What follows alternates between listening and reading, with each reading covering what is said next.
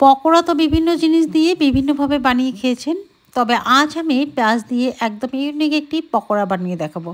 এটা কতটা সুন্দর হয়, এটা দেখতে যেমন, খেতেও কিন্তু দারুণ। বিকেলে চায়ের আড্ডায় দারুণভাবে জমে যায়। এখানে আমি পেঁয়াজ ভালো করে ধুয়ে পরিষ্কার করে নিয়েছি। এবার এরকম স্লাইস করে কেটে নেব। নিজের পছন্দ মতো যতগুলো লাগবে সেভাবেই কেটে নেবেন। পাতলা পাতলা করে কিন্তু কেটে নিতে হবে, খুব যে একটা পাতলা সেরকমই না, নাহলে কিন্তু খুলে যাবে। এবার আমি একটা ব্যাটার তৈরি করব। এখানে বড় চামচে 2 চামচ বেসন দিয়ে দিলাম, ওই চামচেই 1.5 চামচ চালের গুঁড়ো দিয়ে দেবো। এখানে কিন্তু চাইলে কর্নফ্লাওয়ারও দিতে পারেন।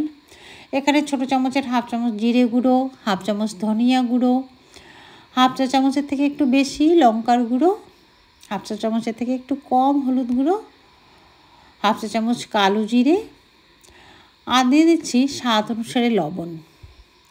এবার একটা হ্যান্ড হুইস্ক দিয়ে ভালো করে প্রথমে মেখে নেব। এটা ভালো করে মেখে নিলে তারপর জল দিয়ে ব্যাটার তৈরি করলে ভালো হবে, শুকনো গুঁড়ো।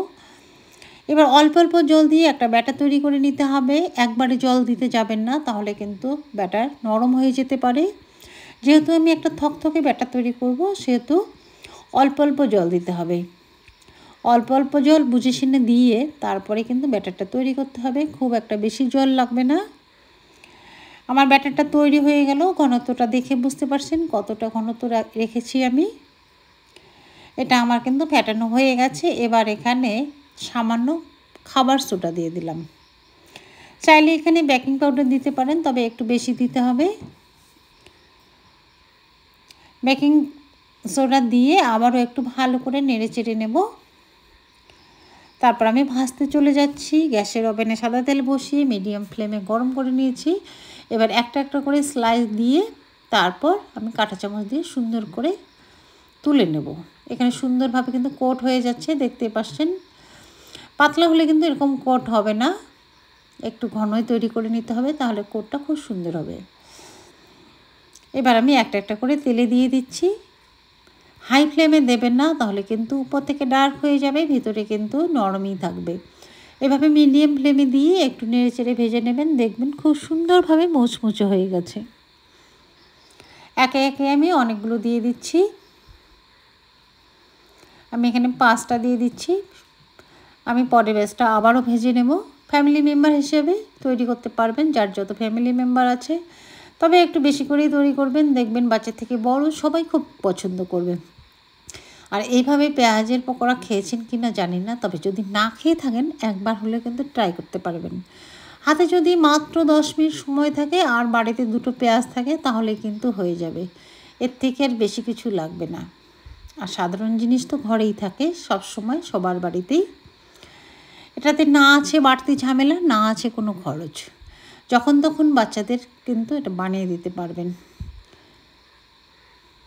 আর এই পকোড়া তো সাধারণত সব সময় খাওয়া হয় না, সপ্তাহে একদিন খেলে কিছুই হয় না।